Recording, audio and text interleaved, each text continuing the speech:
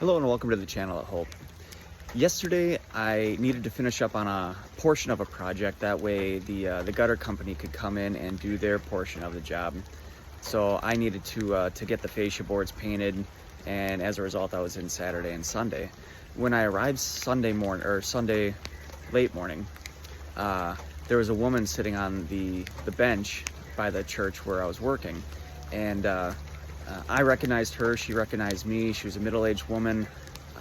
She used to work at a hardware store in town, and her son years ago ran cross-country on my team. So there was a little bit of familiarity, and we just got to chit-chatting a little bit. Again, she was sitting on the bench, she was smoking a cigarette at the time, just relaxing. And after a short conversation, she went about her business, whatever she was doing, and she came outside from church. She had another cigarette, and then she started chit-chatting with me again. And when she was chit-chatting, she brought up the fact that she is going to be having heart surgery in a couple of weeks. She has a tumor on her heart, and it needs to get removed. So I had a really tough time with that.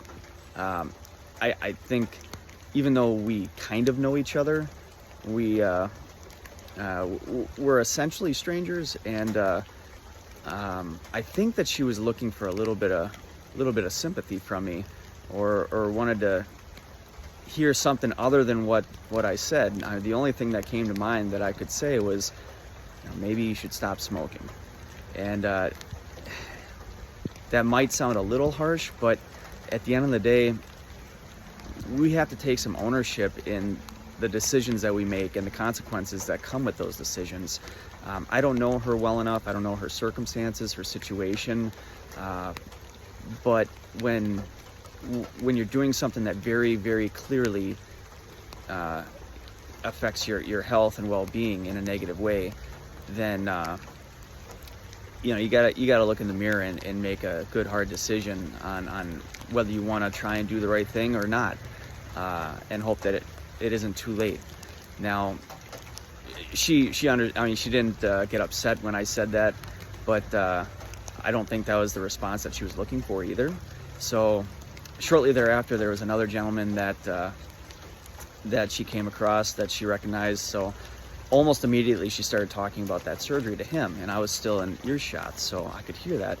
And again, I think she was just seeking sympathy from people, instead of taking that ownership and accepting the consequences to her actions. So ironically, the gentleman that she was talking to, he almost immediately started talking about his ailments that he had previously this summer.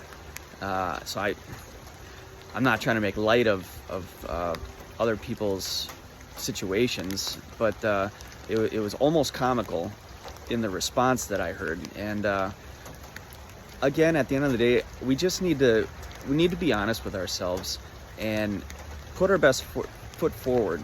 Now, this woman, she has a young son who, 21, 22 years old.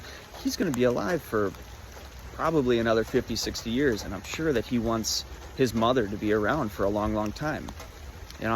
He's finishing up college. I'm sure he wants his mother to be around for the day when he gets married, and for when he has a child or multiple children.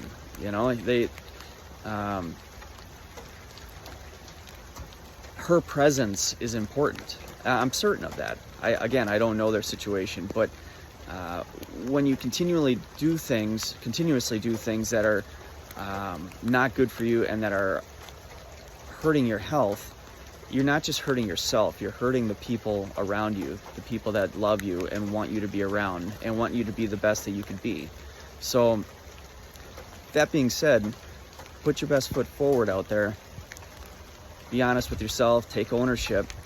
Good luck, and let's strive to be the best that we can be. Thank you so much. Let's change the world together. Take care. Bye-bye.